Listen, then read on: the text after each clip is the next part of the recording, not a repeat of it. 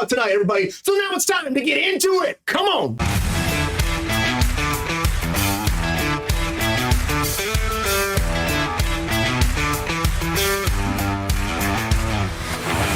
All right, everybody. Robert De Niro is in the news today, and I just want to talk about this just briefly because apparently Robert De Niro went to court today. Well, it went yesterday, and for a defamation trial. So this actually went down a few years ago, 2019.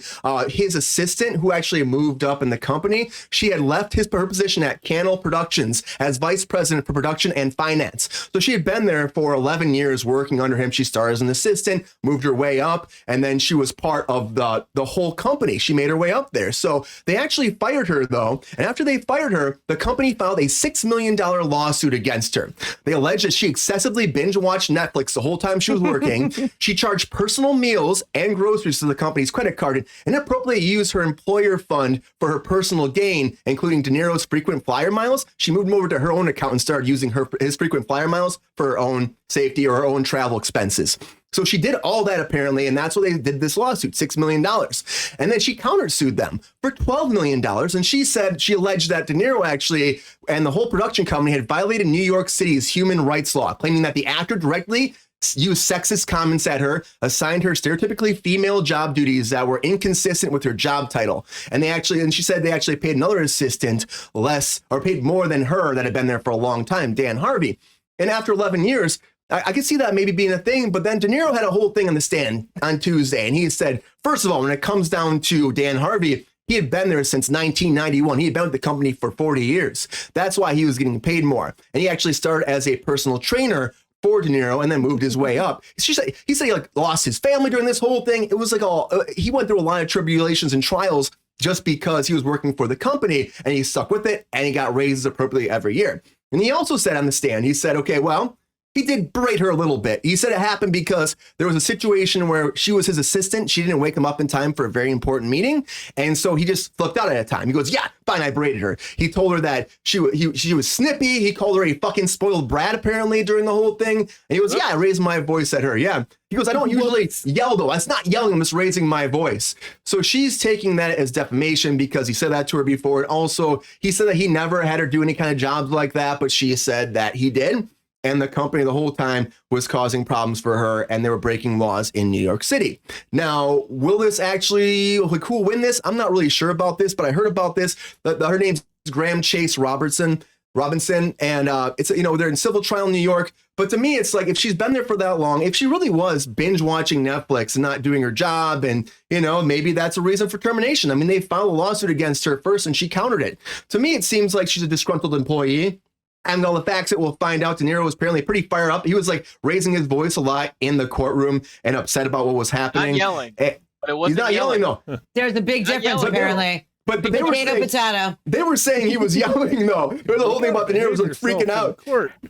Yeah, come on, De Niro. But it's like a whole thing that he said that it's just 11 years she was there at the company, and she made her way up too. She rose in the company from a personal assistant to a position where she's a vice president. I mean, honestly, they gave her opportunity, and if she was doing this stuff like Netflix and chilling by herself in her room and not waking him up, then there's a problem here. She should have been doing her job. But he says, she says, as these things come forward, we're always like, well, let's discuss them because. To me, I feel like it's a disgruntled employee. Maybe I'm wrong. Maybe there'll be more information where it is true that he was doing these things, but I'm not really buying it. Sabrina, what do you think about this? Do you think that De Niro will actually lose this defamation lawsuit, or do you think that she will? What do you think when you hear about these facts coming forward? I mean, honestly, I don't really know. I feel like it's all very vague, and they sued her first, because she apparently was not really doing much, and she stole those airline miles, I guess, from the company account. It wasn't his personal account, but but they have a company card where you use for all company expenses. And so the miles are, I mean, obviously they're not her miles, but I'm just saying it's not like she took them from his personal car. Now, I'm not sticking up for this bitch. I'm just saying they sued her for $6 million for 3 years salary and this airline stuff. Right. So they're countersuing essentially. She's countersuing them and saying that all these things happened because he sued her. So I don't know. It just seems like petty back and forth bullshit. I feel like the outcome will be much less money of whoever gets, whatever. Kind of like Amber Heard, Johnny Depp thing. They settled on like, $1, some nonsense that she paid him or she paid he dropped it down for her. I don't know. I feel like it's nonsense, honestly. And you know what? If $6 million is 3 years of her fucking salary, she's doing just fine. Let's rein it in with the suing. Okay. Go find another fucking job.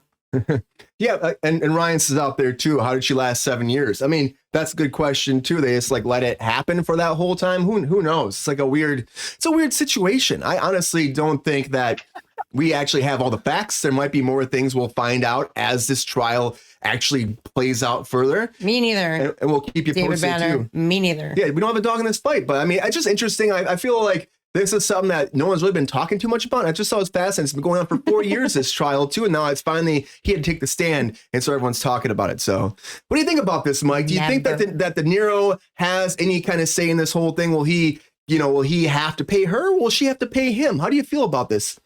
Brian, if you sue me for $6 million, I'm coming at you guns blazing, dog. Allegedly, none of this holds up in court. Allegedly, I'm going to pull out every lie. All the tape recorded conversations I have that you say horrible things on, Brian, I'm pulling those all out into the courtroom. You can't trust anything that somebody says after that, just because the perverse incentive exists there once you've come after someone to screw them that hard. So her motivation is not to get any money in a countersuit. It's to be enough of a pain in the ass. Penis in your anus. Enough of a pain in the ass for Robert to say, yeah, it's not worth it. I don't want to have to show up to the court. I'm 80 years old. Like, why do I care? So yeah, I think it's what any rational person would do. Is it lawful? Is it a good use of our legal system? No, but that's not really how America works in terms of my understanding. So I just think that it's to be expected at this point. Yeah. I'm not saying it's good. I'm not saying it's justified. I'm just saying I think that's how people operate. I like what the comments come. Listen to you too, and listen to the comments too. The thing is, like, it is weird that maybe the countersuit for $12 million. She did that because she had to. You're right, Mike. Maybe she just had to because she's like she left the company and now she's being sued, and she just like, I need to be able to pay my bills. I can't afford this $6 million, so I have to fight it. It'll be interesting to see what kind of facts come forward, what kind of information they have that can actually prove that she was on Netflix the whole time, and then what she was doing, not doing her job. But I mean, it's very fascinating to me. Sean, what do you think about this situation? Do you think that she had a reason to sue for them, countersue, or do you think that this whole thing is just blown out of fucking perspective? Yeah, does anyone have receipts anymore? Does anyone keep receipts anymore? Like, these things should be easily provable. I do think that this does open up an interesting loophole to open the behind the curtain scenes and actually look into the data of Netflix. Subpoena Netflix, if That'd be great. Prove it. Subpoena. Let's fucking see it, Netflix. Let's see it. All this data that you say you have on us, I wanna know just how scared I need to be. Just because I like 80s horror and I keep rewatching Mad Men. Give me a fucking break. I think it definitely sounds like a he said, she said. We don't have the evidence here. Maybe we'll get it. Stay tuned, everybody. I know that we could do a Freedom of Information Act and see what happened here, but at the same time, I don't care. Yeah, exactly. Yeah, we'll keep you posted as it develops. But I saw it was interesting. This kind of came out of nowhere, and it could be like it is he says, she says, back and forth. We don't have all the facts. They just started going to court. It's only day 2, so it's very early in this. But I thought it was interesting, and I thought it'd be a fun thing to just kind of put it to everybody's attention today.